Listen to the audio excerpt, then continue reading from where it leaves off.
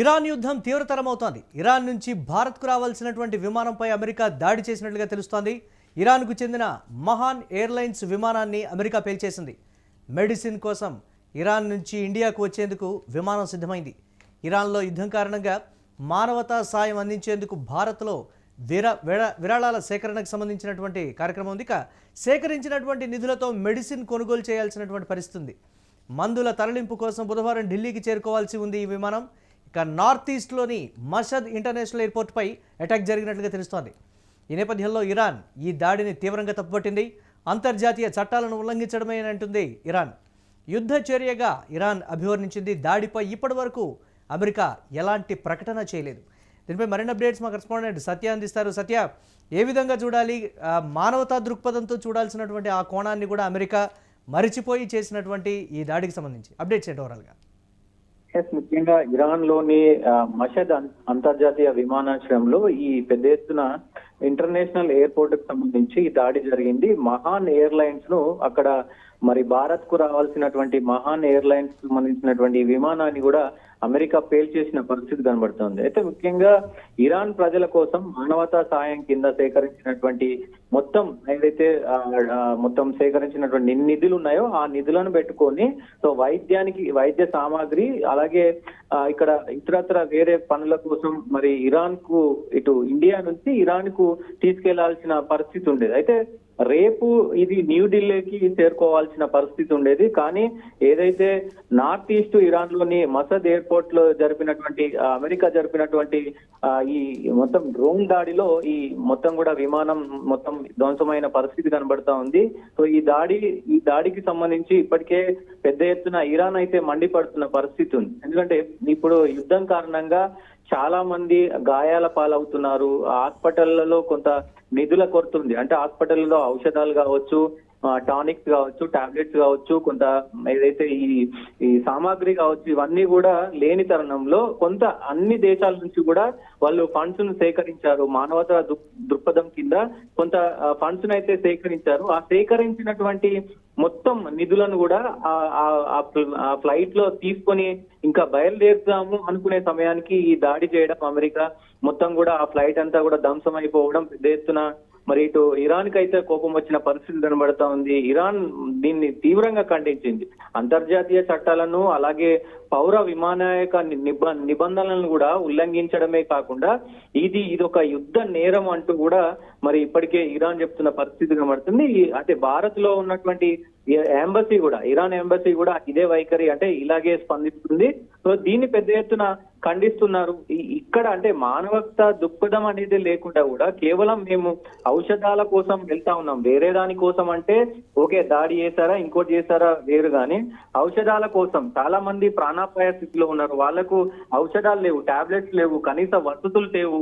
ఎందుకంటే దాదాపు నెల రోజులు దాటింది యుద్ధం కాబట్టి చాలా మంది గాయాల పాలయ్యారు, ఎమర్జెన్సీ పరిస్థితి ఉంది. సో ఈ నేపథ్యంలో ఈ దాడి చేయడంపై పెద్ద ఎత్తున మరి విమర్శలు అయితే వస్తున్న పరిస్థితి కనబడుతా ఉంది. ఇరాన్ అయితే దీన్ని తీవ్రంగా ఖండిస్తా ఉంది. ఇప్పటికీ మరి భారత్ దీనిపైన ఖండించాల్సిన అవసరం ఉంది. భారత్ ఎలాంటి పరిస్థితి చూపిస్తుంది, అంటే ఎలాంటి వ్యాఖ్యలు చేస్తుంది, భారత్ తరపు నుండి ఇటు ఎవరి సైడ్ మాట్లాడే అవకాశం ఉంటది అనేది కూడా చూడాల్సిన అవసరం అయితే ఉంది. ప్రస్తుతం పశ్చిమాసియాలో ఉద్రిక్తతలు తీవ్ర స్థాయి దాడికి ప్రతిదాడి తప్పదు అని ఇరాన్ ప్రతి అంశంలో కూడా చెప్తూ వస్తున్నటువంటి పరిస్థితిని మనం చూస్తున్నాం. మీరు ఒక బాంబు వేస్తే మేము 10 రకాలైనటువంటి బాంబులు వేస్తాము, ఆ స్థాయిలోనే మా దాడి తీవ్రత ఉంటుందనేటువంటి మాట. దీనికి కూడా ప్రతిచర్య తప్పదు అనేటువంటి కోణంలో ఇరాన్ చేసినటువంటి కామెంట్ అంటే ఏ విధంగా ఉండబోతుంది? అంటే విపరీతమైనటువంటి పరిస్థితులే ఉంటాయనేటువంటి మాట. కనీసం మానవతా కోణాన్ని కూడా మరిచిపోయి చేసినటువంటి ఈ దాడికి సంబంధించి మేము అదే స్థాయిలో చేస్తామనే రీతిలో ఇరాన్ చేసినటువంటి ప్రకటన, దాన్ని ఎలా చూడాలంటారు మనం? డెఫినెట్ గా ఈ రోజు ఏదైతే ఆ టెహరాన్ కి సంబంధించినటువంటి ఏరియాలో కూడా అమెరికా ఒక దాడి జరిపింది. అంటే పెద్ద ఎత్తున ఇరాన్ కు సంబంధించినటువంటి ఈ ఆయుధ సామాగ్రి ఏదైతే ఉందో ఆ ఆయుధ సామాగ్రిని మొత్తం కూడా ధ్వంసం చేసింది. సో దానికి సంబంధించి ప్రతిఘటించినటువంటి ఇరాన్ కూడా అటు దుబాయ్ కి సంబంధించినటువంటి నౌక మీద కూడా దాడి చేసింది. పెద్ద ఎత్తున అక్కడ కూడా చమురు అంతా కూడా దాదాపు వేల సంఖ్యలో చమురు కూడా అంత సముద్రంలో కలిసిపోయిన పరిస్థితి ఉంది. రోజు రోజుకు కూడా యుద్ధ వాతావరణం అయితే మరి చెలరేగుతున్న పరిస్థితి ఉంది. సో దీనికి సంబంధించి భారత్ ఇప్పటికే మార్చి 18న మొదటి విడత సంబంధించి ఏదైతే ఔషధాలకు సంబంధించి ఒకసారి ఆల్రెడీ పంపించింది. మార్చి 18న ఒక విడత పంపించిన పరిస్థితి ఉంది. మొత్తం ఈ హాస్పిటల్కి సంబంధించినటువంటి అన్నిటిని కూడా పంపించింది. ఇది రెండో విడత. రేపు మరి ఢిల్లీకి రావాల్సిన ఆ ఫ్లైట్ ఒకసారిగా ధ్వంసం అవడంతో పెద్ద ఎత్తున ఉద్రిక్తలు అయితే చోటు చేసుకుంటున్నాయి. ఇరాన్ కూడా ఎక్కడ తగ్గట్లేదు. మీరు అన్నట్టు ఇరాన్ ప్రతి దానికి అంటే ఎక్కడ కూడా అఫీషియల్ గా ఎట్లాంటి అప్డేట్ ఇయ్యనప్పటికీ కూడా ఓన్లీ బాంబులు, అలాగే ఈ డ్రోన్లు, చౌక ధరకు ఉన్నటువంటి డ్రోన్లతోటి పెద్ద ఎత్తున రిస్క్ పడతా ఉంది. అలాగే అణుక్షిపణులు ఇవన్నిటిపైన కూడా అంటే ఇరాన్ కేవలం దాడి ద్వారానే ప్రతిఘటిస్తుంది.